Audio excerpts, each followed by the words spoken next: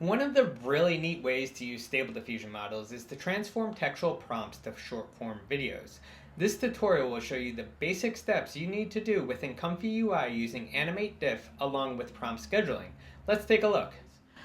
First and foremost, you want to make sure that you have ComfyUI Manager installed onto your machine. I'll have a link in the description to that repository with all the instructions to install that. But once that's set up, you're going to want to head and install 3 custom nodes. So first, you're going to want to go ahead and install the Fizz nodes, which allows for the batch prompt scheduling. Then you're going to want to install the AnimateDiff Evolved, which will allow you to create these motions. And then lastly, you'll want to install the Video Helper Suite, which combines all the images and then creates the animation. So let's go ahead and close this and then start with the workflow here. So I'm going to go ahead and load the ControlNet model, or I'm sorry, the checkpoint. And then we'll go ahead and load the VAE. Loaders, load VAE. Alright, so then let's go ahead and add the AnimateDiff. We're going to go ahead and use the context along with the motion modules. So let's go ahead and start taking a look at these. So I'm just using the Dreamshaper model. I'm going to use a Stable Diffusion 1.5 VAE here. Some models have VAEs baked in, and you can just use that as well too. So I'm going to go ahead and connect this to AnimateDiff. So that will impact the outputs here. The context, we're going to go ahead and add that here.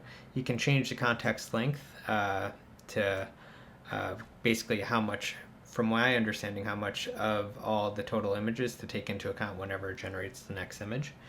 The motion modules, there's lots of these available online. I'm going to use the latest V3 Stable Diffusion 1.5 motion module and leave these others as default. I don't know if this has an impact on V3 or not, but yes, so we'll go ahead and use all those. And so I'm going to do the batch prompt schedule. So that will be this one here. This is by the Fizz nodes custom node here. And this is going to be connected to the clip. And then so this will basically act as our positive prompt. And then I'm going to go ahead and use just a basic clip text encode for the negative prompt. Okay. And then this will go into a K sampler. So let's go ahead and get that loaded. So we'll have our positive, our negative, and then for the model, instead of going to that Dreamshaper model, it's now passed through AnimateDiff, and now we're going to use this modified model here. Okay, so now we're going to go ahead and add a node. And I believe this is a AnimateDiff node, actually. And it is a noise layers, no, motion. It's the big batch, there we go. Empty latent image, big batch. So we're going to connect that to the latent space. And then once it gets out of the latent space, it's going to go to a VAE and decode it. And so we're going to use this VAE that we pulled in at the start there. And so I like to always have a preview image just to see what's going on. You know, it just kind of alongside it. It's just interesting to see it. And then we're going to basically stitch everything together here with the video combine. Okay, so then that's going to go right into there. And then we'll go over these options in just a second. So we have the basic skeleton here. So let me just go ahead and paste in some of my notes here. So I have the schedule. And basically these are the keyframes that we're going to be doing. So I'm going to do a 45 keyframes, 45 images rather, for this entire animation. So at frame 0 it will be this, and at frame 30 it will be this, and then I'm not going to define 45, but basically it should just continue doing this and then loop it back over. So there's this prepend and append parts here of this batch prompt schedule. So basically, if we take a look at this, this is everything that'll be added before the prompt here, and then appends, of course, anything afterwards. So let me go ahead and get the prepend text, and I'm not going to use the append text at all. But very important here is commas.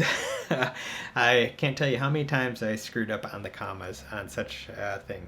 But basically, you're going to want to make sure if you're prepending is that there's either a comma right at the end or a comma right at the start, either or. Otherwise, if you don't have a comma, it will be natural lighting, foggy forest, all one one section here. And then same with the append. So I was playing with the append, so I always made sure I put commas at the end. But since we are not going to be appending anything for this one, you can just go ahead and make sure that you drop the commas within the quotes off. This is like a JSON format, so you do want to make sure that you have a comma at the end of each line, with exception to the last line here. So this will be pre-appended to keyframes 0 through 30 and so on. So we're gonna want to go ahead and do that. The start frame will be 0. And now as far as max frames, you can define it here, and that's okay to do. And you can also define that here too. But instead of trying to keep track of values across a couple different nodes, it's a lot easier to just actually create a primitive node where you hard code the value, say at the start, and then connect it to both of these throughout. So to do that, I'm going to go ahead and put max frames as an input, and I'm going to change this batch size to an input. So what I'm going to do now is create a new primitive node, and then I'm going to just go ahead and connect that to both of these.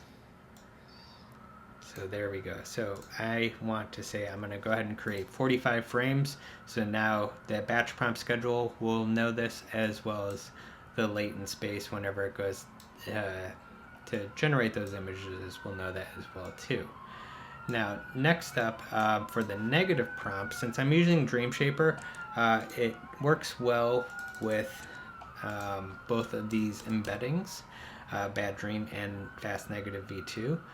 Now, if you're wondering why I didn't include the negative prompt in the batch prompt schedule, it looked like there might have been some sort of issue on the GitHub repository. I could be off on that, but it was kind of a little hard to follow. But basically, it would be something to the effect of like a negative, and then I believe there needs to be a line break, and then with the terms. But I saw some issues in the console whenever I was using embedding, so I just like to do the negative prompt separately here. So we're going to just use this as positive prompt, and then this will be as the negative prompt here.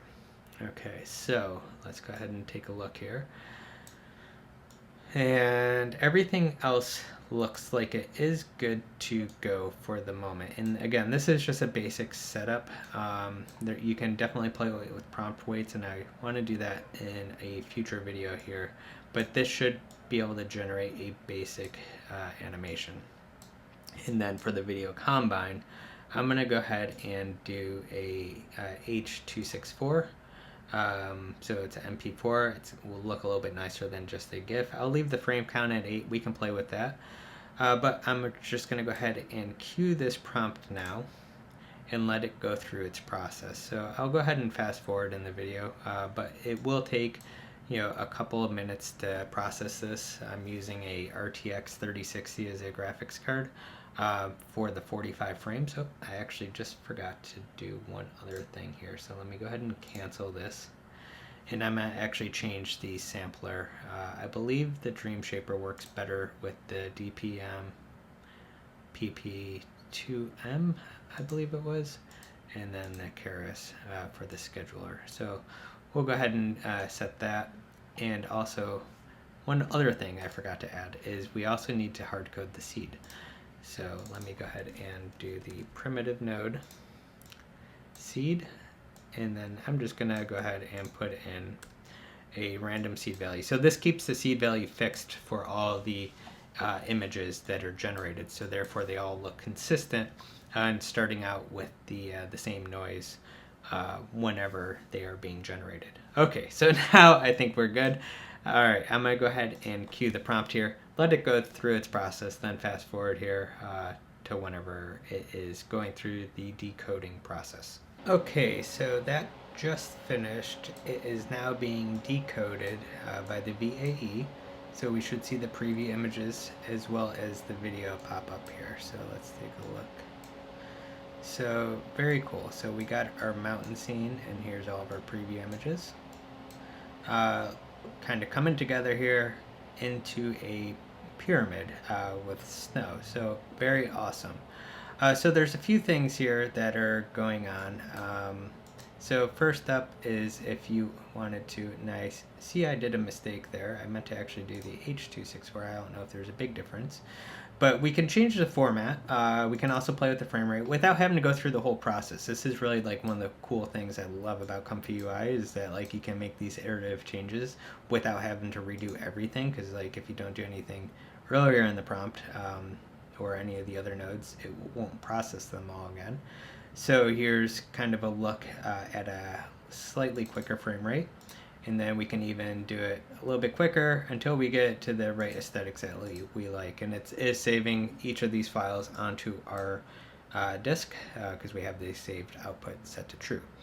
Awesome. So that's a basic setup of text-to-video with ComfyUI. Now, I just wanted to talk really quickly about interpolation. So I added another custom node, and I was playing with this earlier, and it's the ComfyUI frame interpolation. And so I added this film VFI. So here's kind of, so interpolation is kind of like the blurring of two frames. It will make things look a little bit smoother, basically. So I'm going to go ahead and connect that to the frames, and then go ahead and create another video combine